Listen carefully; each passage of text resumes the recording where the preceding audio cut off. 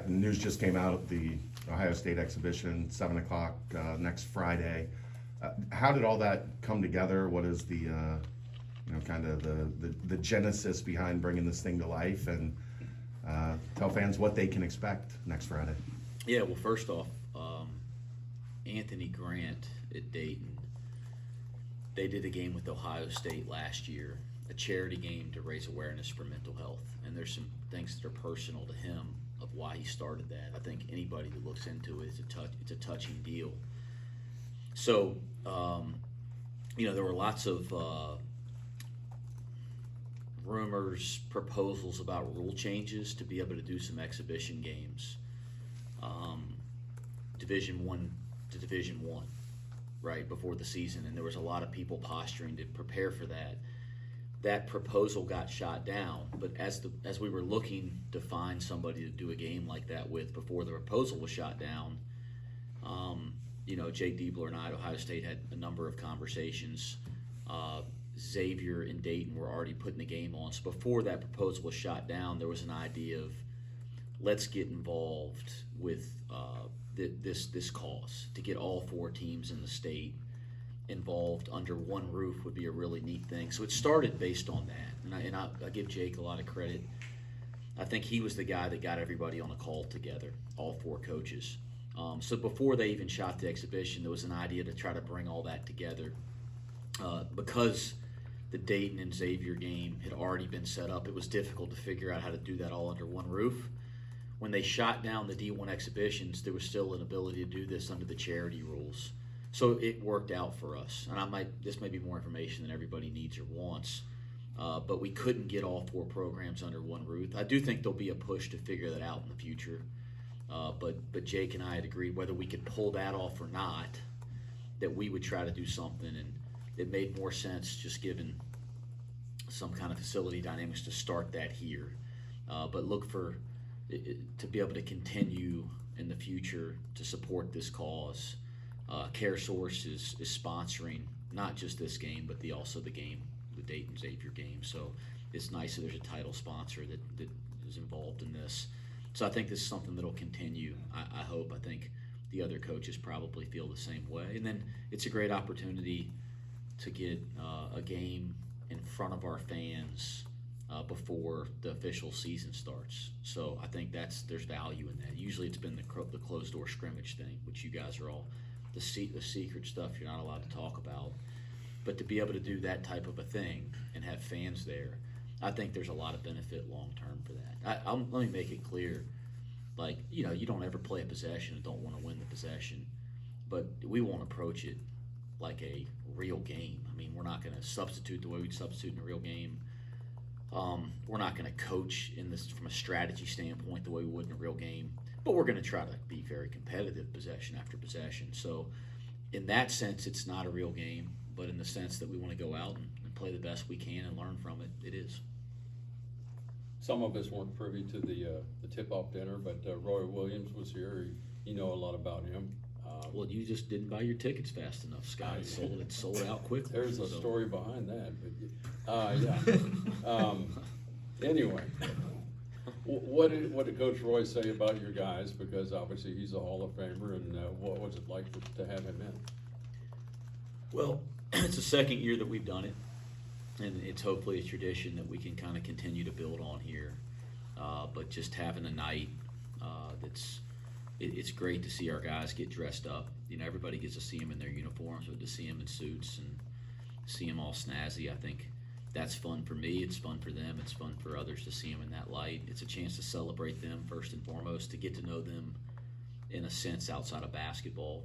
So I think the people that come to that event appreciate that. And then, we added having a guest speaker this year, and I was really, really fortunate to have my college coach and one of the guys that I think is the greatest to ever do it, to come spend time with us. That was obviously really, really special for me for a variety of reasons, right? On a personal level, it's touching. And then it's just really neat for my coach, that's somebody that I look up to as much as anybody in the world, to come see where I work and, the passion for Cincinnati basketball, to see that firsthand and then get around our players. So I was glad everybody got a glimpse of, Coach Williams, and I think anybody in the room that night felt his energy, felt his competitiveness, his drive, and that's what I feel every time I get the opportunity to be around him. Michael Jordan for guest speaker next year. Michael Jordan for guest speaker. If you can get him to say yes, that'd be great. That'd be great.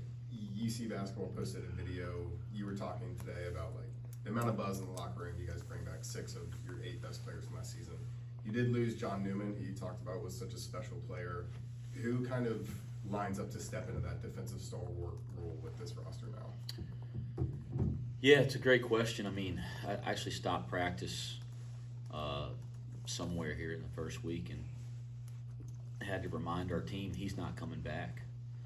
I wish he could, because John was one of those guys that you could put him on any of the 5 guys on the other team, and the chances were he was going to shut them down and take them out. And he was willing to take on any defensive challenge, sacrifice his body, any physical challenge.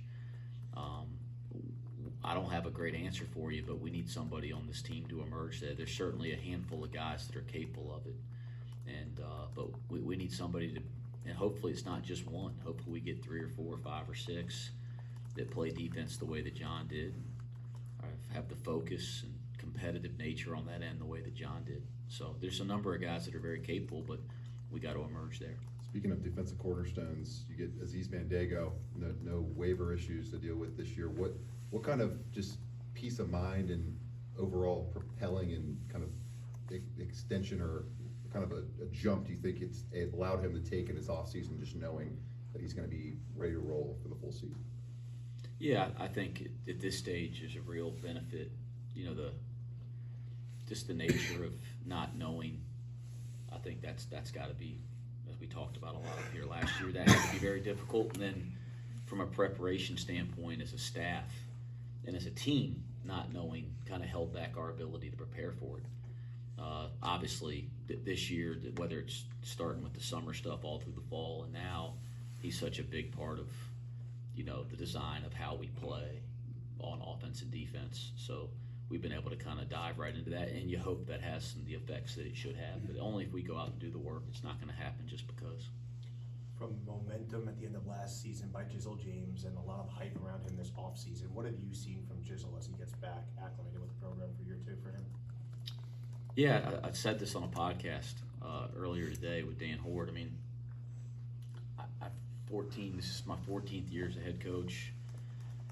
I don't think I've ever had a freshman that was as consistent and diligent with his work ethic on the court as Jizzle was last year as a freshman.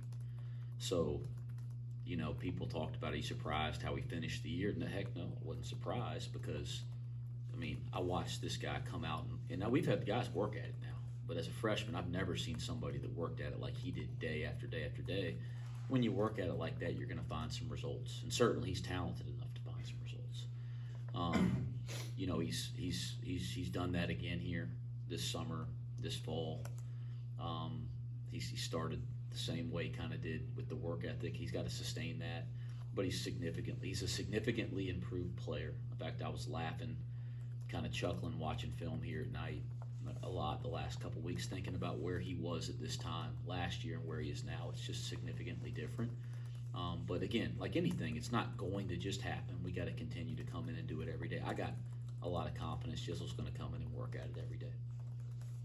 Rayvon Griffith is a guy that a lot of fans are probably interested in after sitting out last season. What type of progressions have you seen him make this offseason to get back into that rotation? Guys, he led our team in rebounding this summer on offense and defense. And if you guys know me well, I like that stat. I like the rebounding stat on both sides. And so that was a really good sign. I'd say we got an edgy, competitive group. He's been as competitive and as physical and as edgy in between the lines as any player in our team from the start of summer till now. That bodes well for him finding his way onto the court. We know he has gifts, right? We wouldn't have brought him here if he didn't. But he's done a nice job of doing some of the little things, and specifically the way he's cutting, running the floor, rebounding on both ends. It's stood out to date. and I'm not diminishing the other things he can do on the floor that you guys already know about. You bring back 6 guys, you bring in 3 transfers, 6 guys that played significant minutes last year. You bring in 3 transfers, a highly rated freshman, Ray that's redshirting. Is it a challenge for the coaching staff or to figure out how exactly this puzzle fits together, because there are a bunch of guys that are capable of helping? I don't know. I think after going through the summer and the fall and the preseason last year, where it was so much up in the air and there were so many new faces you hadn't coached, that was a much more significant challenge to date than anything we've dealt with now, because you have such a good feel for the returning players because you've coached them for a year. And then, I think the assimilation of the incoming guys has been more natural, and it's happened faster because they have examples of how they're supposed to do things and how we do things here, right? So I think like when you retain players, like retention is a compounding effect. It's not just that Dan Skillings is a better player as a junior than he was as a sophomore, and that's what we hope. It's also that he knows what we do and he knows how we do it. But that doesn't just affect Dan, it also affects the new guy in the program that gets to watch Dan. So they're not just trying to listen to the coaches say this is what we do and how we do it. They get an example in front of them. So I think that's helped in a lot of ways. There's always going to, if you've done a nice job of assembling a roster, there's always going to be challenges with playing time and challenges with combinations. Those are the kind of challenges you want as a coach. And if we can be fortunate, we've had the only really bad news I have today is Tyler McKinley, going down with a knee injury in our first practice. And guys, he had such a terrific summer, such a terrific fall. We thought a ton of him. He was exceeding our expectations. And I said that to everybody that is in my inner circle long before he got hurt. He was one of the guys, if you said, who's surprised you? I thought he'd be good. He was better than that. I mean, so much so I was surprised. But he went down. He had knee surgery a week or so ago, and he's going to be out for the year. Like, that's a significant blow, and that really hurts the depth in our front court. And a guy that we thought was, going to be really good here, but was doing better than that or trending ahead of where we thought he'd be.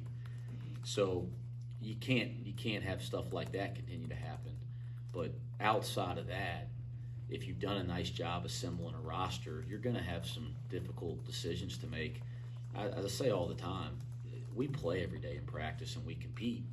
They're going to help us make those decisions, right? They're going to earn the roles that they're in, and that's how they've all approached it thus far, and I think that's been good for our team. How has McKinley handled that? And then you have mentioned that both Tylers would play. How was Tyler Betsy? I mean, Tyler McKinley has handled, what he's been through over the last 2 weeks as well as anybody's capable of handling it. But as you guys can imagine, it's heartbreaking. I mean, it's heartbreaking. He's on crutches. He's going to be on crutches for the next 3 weeks or something like that. I mean, so he's handled it great, but I can't imagine it's been very easy. It hadn't been easy for us. So, I mean, he's the guy that's dealing with it. So, that's been heartbreaking there. But Tyler Betsy I tell you what, guys, he's going to be a terrific player. I mean, it's not a question of if, it's when, and he continues to improve. His work ethic's been admirable.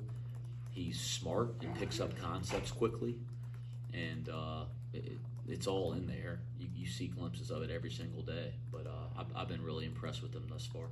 2 more questions. You can tell us about the newest addition, Halvine Zella, and what he brings to the program this year, and is there any possibility we see him this year, or is he a redshirt? Right now, he's a redshirt. We'll see. I think we're looking into that. But he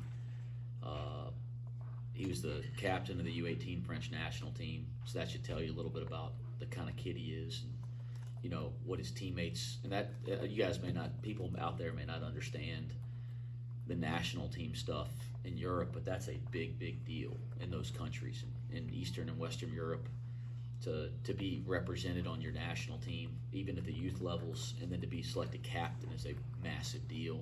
That impacted me a lot when we were talking about bringing him over here. So that says a lot about him, and that's been evident having him here in just a really short period of time. We've thrown him in the fire. I mean, these guys have been at it all summer together, all fall, and he shows up, and now we're kind of rocking and rolling. That's really difficult. He's handled it pretty dang well. He's handled it really dang well, but it's not been an easy transition just because he didn't get to start at the same time everybody else did. Last one. Does it feel like Simas Lukosius, from your view, his work this summer, he can carry over that hot streak he started to close the season? Yeah, I wouldn't call it a hot streak. I thought Simas just, I thought two things happened. He got healthy in league play. You know, he dealt with a lot last fall. He got healthy and got in great shape in league play. And so as we got into that, especially that second portion of league play, he was healthy. He finally found some rhythm.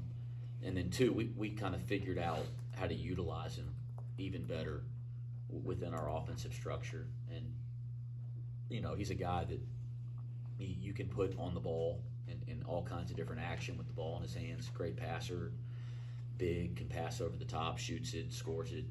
And then he's a guy that you can space. You know, you can space him as a shooter around others. And then he's a guy you can run off of screens, and we kind of learned that as we went. And so it's, again, there's a better understanding of what we do, and we have a better understanding of him. So we do expect big things from Simas. Thanks, Coach. Thanks. Thanks, Coach.